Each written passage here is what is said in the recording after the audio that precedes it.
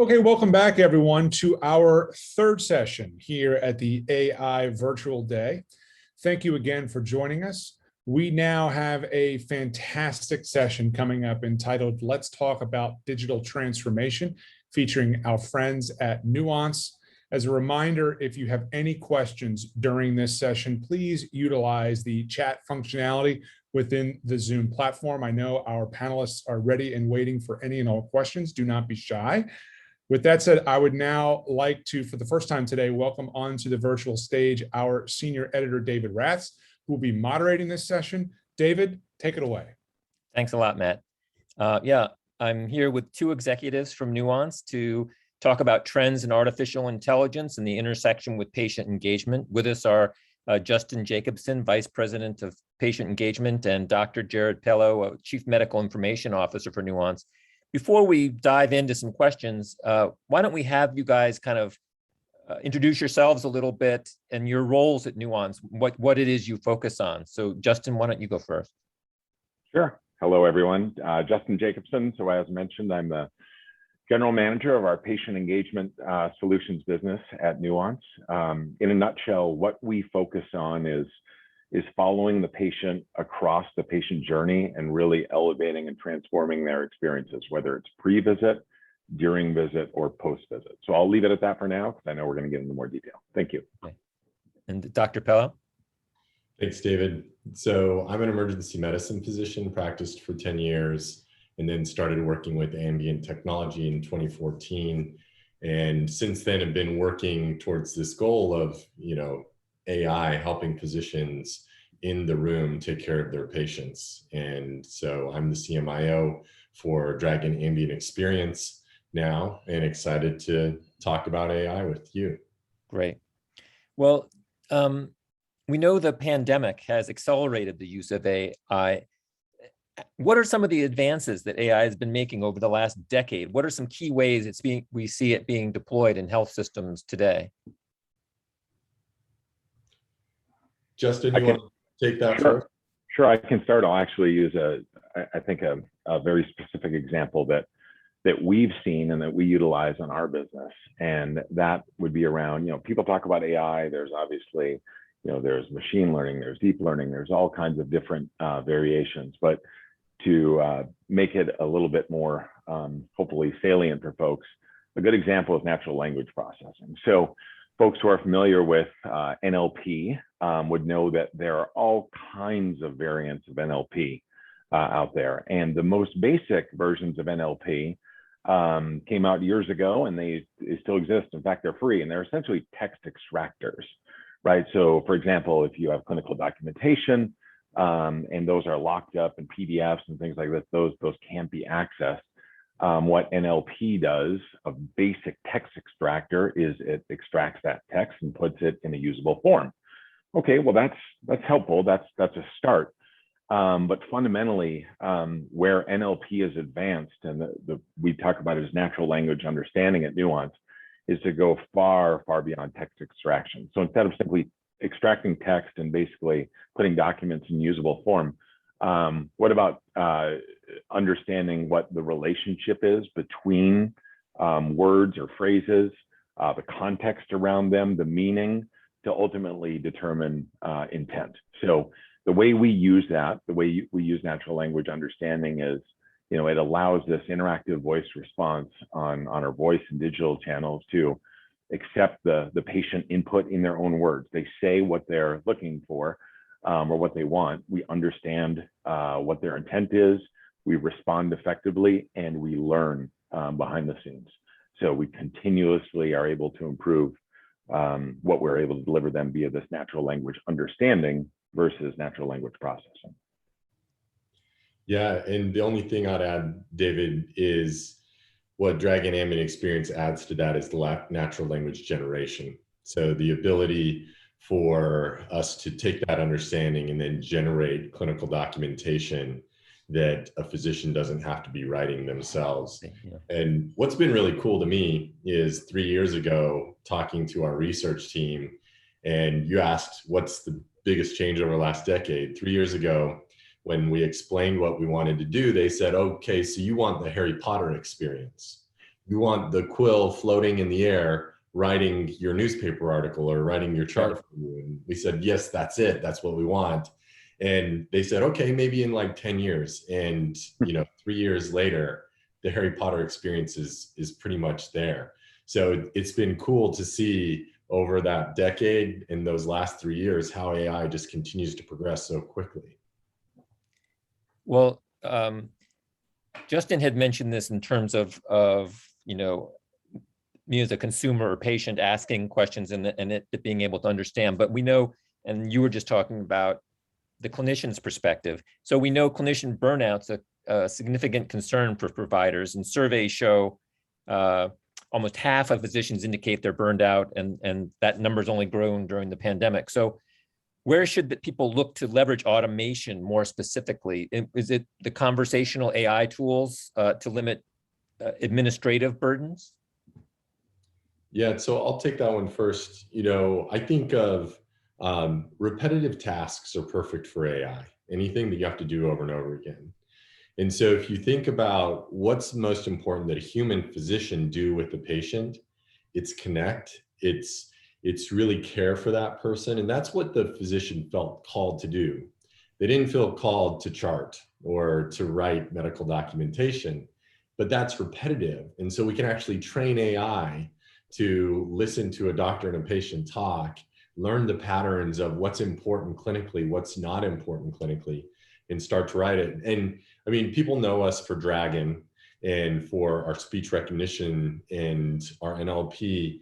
And what's been really neat to see is you can take that as a foundation and start layering on these more cutting edge technologies and just make tremendous bounds. And I think, if you think about kind of the future of leveraging AI for burnout, I think it's all about taking care of those repetitive tasks that the physician doesn't want to spend time doing, so they can spend time taking really good care of their patients. Yeah. And in the case of patient engagement, right? So if we think about DAX as having a major benefit with the Harry Potter example, being in the room, helping the physician, patient engagement comes alongside that. So for example, telehealth support, right? So that would be an example where we apply patient engagement. But the way I'd position it or think about it is it's not just, the doctor is how we approach it. We think about it as the doctor, the care team, and the larger administrative staff. So we support the patients as they have various inquiries, right, on portal access. Let's say it's MyChart or whatever it might be, and their appointments and FAQs, right? Everything from general questions to, frankly, we've been handling a lot. We've done a lot with AI and supporting our providers around the COVID vaccine. So it's everything from that to outbound telehealth prep. I mentioned telehealth, and automating that support to the service desk for patient access, where we utilize our AI to support these live agents. So it's a combination of, and we'll probably talk about omnichannel a bit later, but it's a combination of helping the patient to self-service, but when they have to connect to someone who's going to help that patient with whatever question they have, it quickly elevates to that agent and they have all the context there, right? We've all had that experience, I think, probably in different industries, maybe even in healthcare, where you're on a call and you give your information, right? Maybe it prompts it for it right away. You give your information, and then when you're connected to a live agent, they ask you for the information again. Yeah. It's kind of like, what was the point? So there's so much that we do to lift that burden, not only for the patient and then the provider, but the clinical and administrative staff. I know that with my primary care doctor, he's always apologizing to me for for being focused on his computer and not focused eyeball to eyeball with me. And I think he feels it as a distraction. So this must be something that a lot of clinicians feel that they want to get that human element back in the conversation. And it must be a real plus for them to get the computer back out of the way of that personal conversation. Yeah, David, we call that turning the chair around. Yeah. Where, instead of having the providers back to the patients, and, people might argue like it's great for the provider to multitask, take care of things while they're taking care of the patients. but I would argue that you miss so much of nonverbal. We know so much communication is nonverbal. We know that the patient, what they really want is to feel well taken care of, listened to. It's a hassle to go to the physician's office usually. And so if I'm going to take time out of my day and go, and then somebody's got their back turned to me and I don't feel like they're giving me their 100% attention, that doesn't feel great as a patient. So I love that mission of let's turn the chair around and get people, connecting as human beings. Yeah. So I see there was a survey that 49% of patients wish for digital experiences that resemble the ones they have with major consumer brands. So how can healthcare organizations apply this intelligent technology to mimic those and to make the healthcare experience more like those? Yeah, I can give a point of view on that, hopefully. The way we think about it, and it's probably applicable for I would hope most healthcare providers and other healthcare channels, is the intelligent technology really needs to be applied in 4 areas to really yield unmatched outcomes. If you pull any one of these out, in our experience, it really compromises the patient experience and, frankly, the value to the healthcare provider. So those 4 briefly, I'll just touch on them briefly, are a single omni-channel experience. I'll explain both these quickly, each of these quickly. Proven technology, integration into core systems, right, of a provider. And then not only that proven technology, but proven technology with a human touch. So briefly, when we talk about an omni-channel solution, think about various channels, right? You may have text, you may have phone, you may have web, keep going down, there's smart devices, Internet of Things. If those are all fragmented, if they're all using separate AI or separate platforms behind them, it's not going to provide a unified experience for the patient. So we really think of this as you've got to deliver an omni-channel solution, something with a central design hub for applications across channels and across use cases. The proven tech, we've talked a bit about that already. This AI-powered tech needs to be something that we talked about learning, right? And it needs to be something that needs to be proven in the industry, that has been able to learn to a very, very deep level over years. That's one of the things that's very interesting about standing up something like natural language understanding, is if you had a text extractor, like we were talking about before, and you try to move to context meaning, you can't instantly do it. You have to train that over years and billions of interactions, frankly, to get it to a level where it's very sophisticated.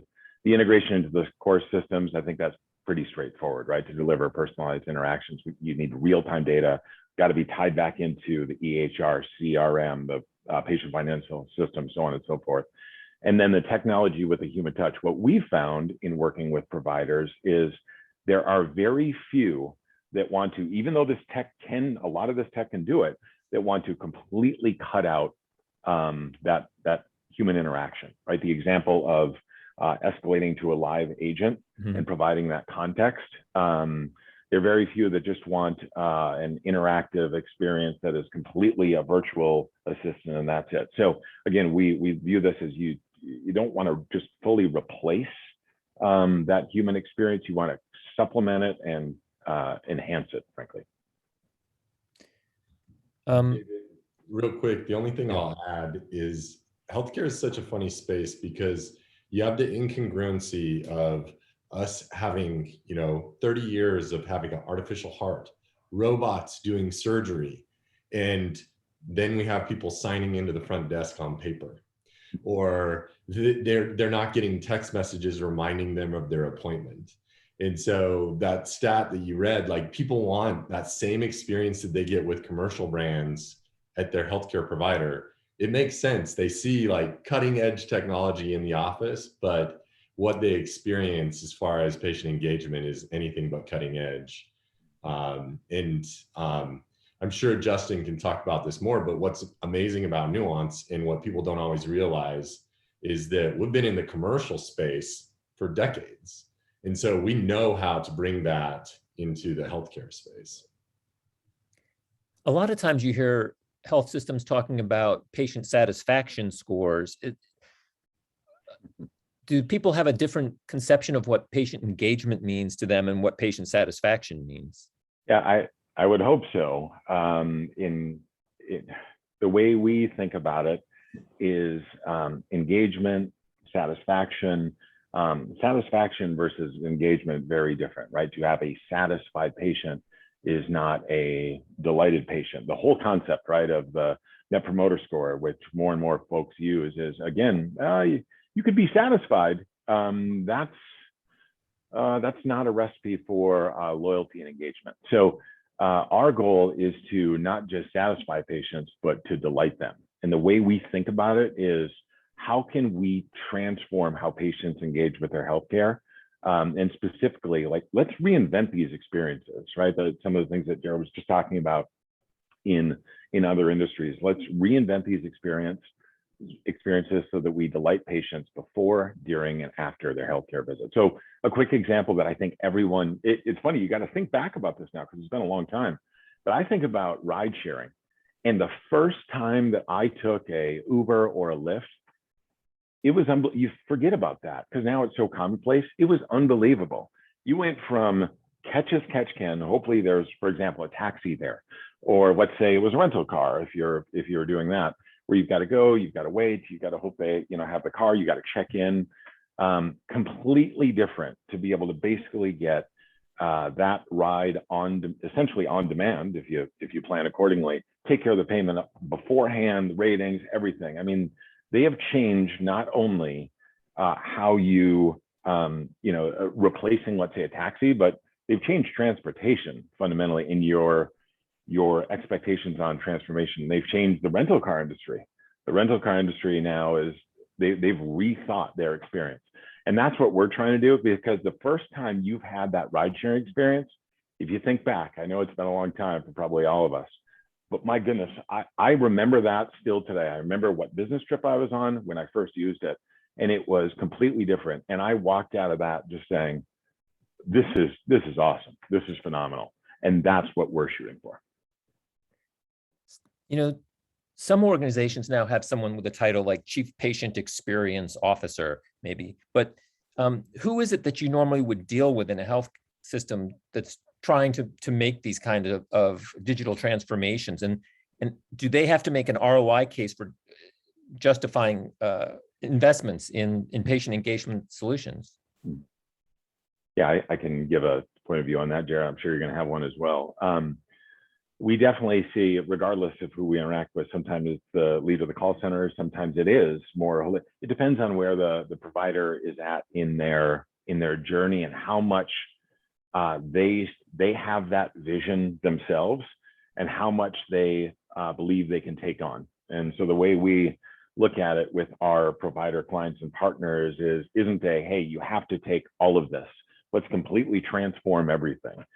We look at it as, the IVR, interactive voice response, and that conversation, and that being a different way to engage your patients can just go, just go miles. But to your question around actual ROI and justifying that investment, we think of it three ways, right? We've mentioned delighting patients, and there's clearly a value against that. And I think that's pretty clear, right? Greater engagement, greater ownership of health and outcomes. There is value there. The second one, though, and this will get right to that justifying the investment, controlling and reducing staffing costs. And the goal there is really to support, again, whether it's the broader care team or the administrative team. If it's the care team, to support top of license responsibilities, right? If it's the administrative team, again, automating what we can and making sure that they're efficient, shorter call times, reductions, all these different things. The whole point is get these savings that then our clients can apply to their organizational priorities. When we deliver savings to them, it's up to them to how can we now use these savings to enhance care, because really that's what they're in the business in. And then the third is really preserving revenue. The way we preserve revenue is we help to cause those patients to not only be more engaged, but to be more loyal to that health system. And of course, if they're more loyal to their doctor and their health system, there's a quantified impact with referrals downstream. I mean, it's very, very clear on that front of attracting and retaining patients. So those three for us: delighting those patients with the experience, controlling, reducing staffing costs, and preserving revenue, can really justify the investment. Yeah. Great. Yeah, David, the only thing I'll add is the great thing about healthcare is we're always trying to do better, right? And we see life expectancy going up across the world. We are making headways with cancer and heart disease and stroke, all those things. But we're always being asked, can you invest less dollars to make these great outcomes happen? And so as health systems do that, and we also know more compliant patients are more engaged patients. And it really, in the end, depends so much on the patient being engaged. So they'll actually do the things their healthcare provider asks them to do. And so I think that in the long run, yes, there is the dollar and cents ROI that you can see within weeks or months. But then there is this longer term ROI that we see in, compliant patients, better health overall, better health for our country, our world, all these things. They really do work in a virtuous cycle. A new phrase you're hearing from health systems a lot these days is digital front door. And does that mean the same thing to everybody, or are people using that term to mean different things? And does it involve like some of the things that Justin was talking about, like this omnichannel, like providing the relevant information across a lot of different channels? Um, I'm actually going to push this to Justin. Yeah, I can give my amateur opinion. True expert here. I'm happy to. I'll try to give a very brief answer, just given the time, so that we do have more time for questions as if possible. So when folks talk about digital front door, it's a very common term now, right? And it can mean a lot of things, per your question. A good way to boil it down, in our case, a lot of folks know Nuance, given again, whether it's Dragon Ambient experience, whether it's patient engagement, a number of our other offerings in the industry, not only in healthcare, but in the broader retail and telecom and financial services industry. They know us for what we deliver in voice. So rather than talk about digital as kind of a broad umbrella where everyone defines it differently, I'll just put that voice lens on it briefly. So the way we approach it is via conversational IVR. I mentioned before, interactive voice response. So this is greeting all calls. So we're just taking one channel now, right now. We'll take the call example, right?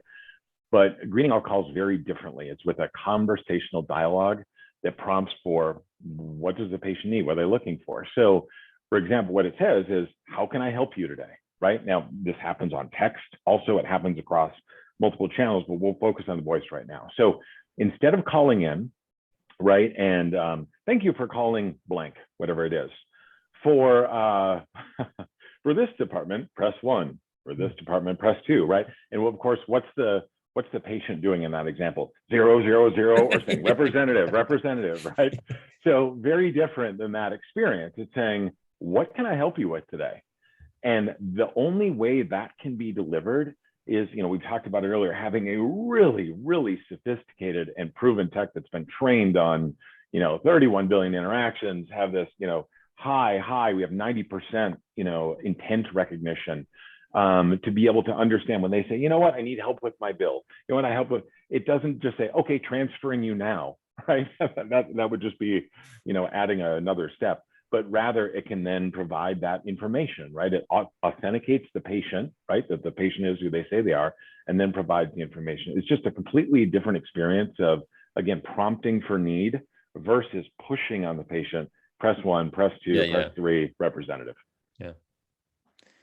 I wanted to ask you guys a little bit about your experience during the pandemic and whether the organizations you work with, if organizations hadn't gone very far on this digital transformation journey, if those people kind of struggled a little bit when things went remote last year, and whether organizations that you knew who were already pretty far down that path, you could see that was a big plus for them and that they they were able to make that transition to working with patients in a maybe with telehealth or other ways with engaging with them remotely more easily. David, I think absolutely we saw that. Organizations who were already working on their digital strategy as far as patient engagement, remote monitoring, telehealth, all of those things, which became, a nice to have overnight into a must have. It was incredible to see how agile the healthcare system is. And honestly, probably everybody on this call played a role in that. And it was amazing for me to see, I worked as an administrator in healthcare and then working in technology in healthcare. My biggest complaint is healthcare moves so slow. And we didn't move slow. Like, we pivoted on a dime, and I believe we saved thousands of lives by giving care where care was impossible to give otherwise. Now, that being said, there are those organizations that were already down that path, and they definitely had a head start. But I think so many organizations have woken up to their lack at this point and are really trying to figure out, okay, what is our digital strategy? How do we engage our patients better? Well stated. I have nothing to add. Okay. Thank you. Okay, well, I think that was the last question I had, but anything else you guys want to stress that we haven't talked about before we wrap up? Not from my end. Okay. Thanks for the opportunity. Yeah, Great. if anybody has any questions, I don't know if we have any time. Do we have time, David? Yeah, I don't see, we've had that open in the chat and we haven't had any questions in yet, but Okay. I'm going to bring Matt, our publisher, back on to wrap up. Yes, thank you, David, and thank you, faculty members. I thought that was a great discussion on digital transformation. We now have one final break in the action of today's AI virtual day, and then we will be resuming at 2 p.m. Eastern time for a discussion on upgrading IT infrastructure to meet tomorrow's needs. So we look forward to seeing everyone back on here at 2 p.m. Eastern time, and we will see you then. Thank you so much.